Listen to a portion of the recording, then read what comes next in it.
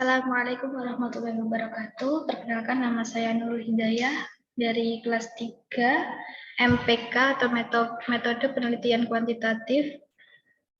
Di sini saya akan mempresentasikan tugas akhir saya yaitu dengan judul pengaruh makna kaligrafi di Masjid Agung Surakarta. Latar belakang yang saya ambil dari judul tersebut adalah Al-Quran yang merupakan kitab suci umat Islam memiliki pesan-pesan yang sudah ditentukan secara ideologis. Seperti halnya dalam Al-Quran sudah mengatur toharoh dari yang detail hingga yang umum, kemudian gaya hidup keseharian kita, dan lain sebagainya. Dan tidak hanya sampai di situ, Al-Quran juga menggambarkan sebagai karya seni pertama dalam Islam. Isi dan bentuk Al-Quran sendiri menunjukkan pola seni Islam yang tak terbatas. Kreasi seni yang disuguhkan oleh Al-Quran bisa dilihat dari dua faktor, yaitu suara dan tulisan. Suara sendiri antara lain seperti tilawah, MHQ, qori, dan lain sebagainya. Dengan mengekspresikan berbagai macam lagu, nadanya, temponya yang sangat menyejukkan hati ataupun telinga. Sedangkan yang tulisan itu lebih mengarah pada kaligrafi. Ada kaligrafi lukis, tulisan, dan ukir.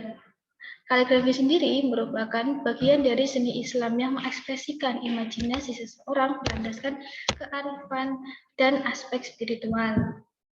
Kaligrafi sendiri memiliki dua fungsi, yaitu fungsi dekoratif dan fungsi fungsional.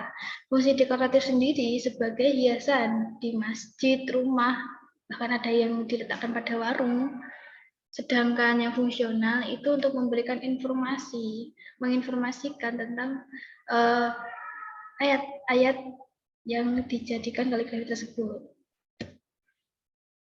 Nah, fokus penelitian ini terletak pada Masjid Agung Surakarta. Mengapa saya lebih memilih Masjid Agung tersebut? Seperti yang kita ketahui, masjid ini salah satu peninggalan dari Kerajaan Mataram. Terletak di tengah-tengah Keraton Surakarta atau Keraton Kasunanan Surakarta, dibangun oleh Pakubuwono III sekitar 17 tahun 1749. Ya, anak kowe. Hah?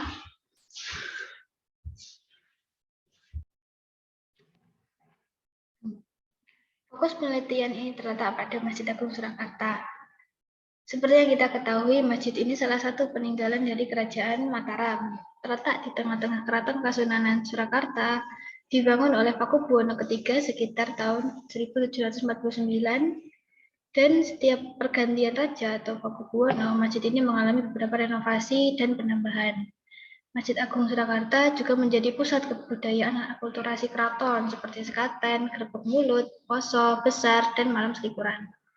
Menurut Jakob Sumarjo, Masjid Agung Surakarta merupakan lambang sejarah masa lampau kehidupan masyarakat Jawa, khususnya di Kasunanan Surakarta.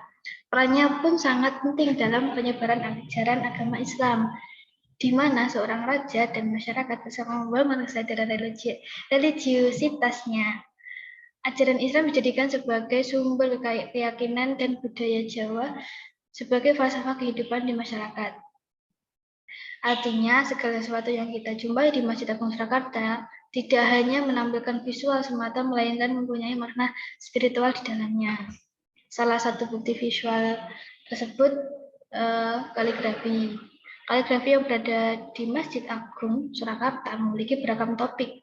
Di antaranya ada yang membicarakan sejarah masjid menggunakan Arabic-Font, ada juga hadis, ayat-ayat Al-Quran, dan rujah.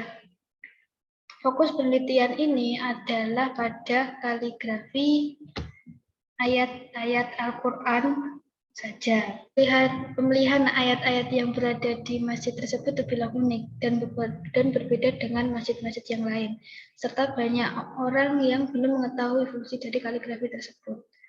Melihat identifikasi masalah tadi, penulis memiliki rumusan masalah, yaitu bagaimana persentase pemahaman masyarakat terhadap kaligrafi di Masjid Agung Surakarta. Tujuan dari penelitian ini yaitu untuk mengetahui berapa persentase pemahaman masyarakat terhadap kaligrafi di Masjid Agung Surakarta. Teori yang penulis gunakan yaitu teori resepsi estetik dari Ahmad Rafiq,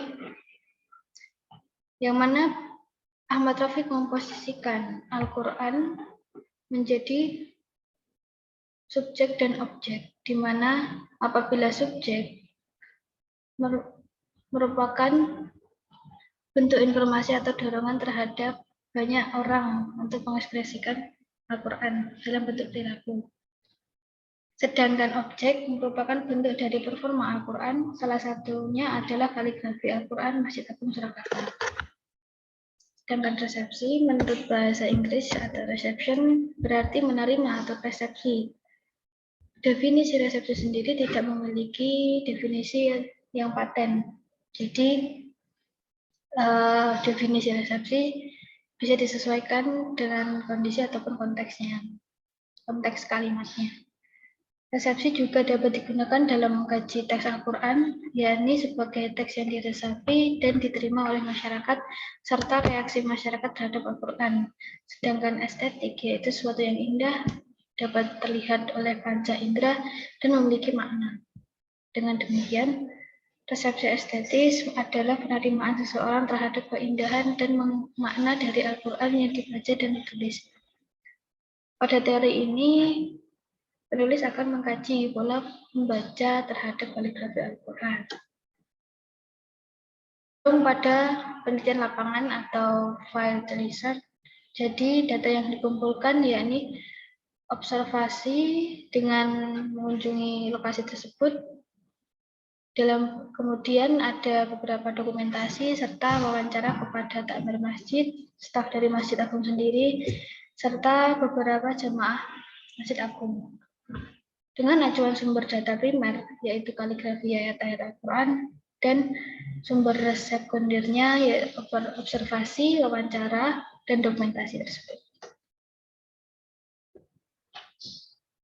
Sekian presentasi yang bisa saya sampaikan. Apabila ada salah kata, mohon maaf. Assalamualaikum warahmatullahi wabarakatuh.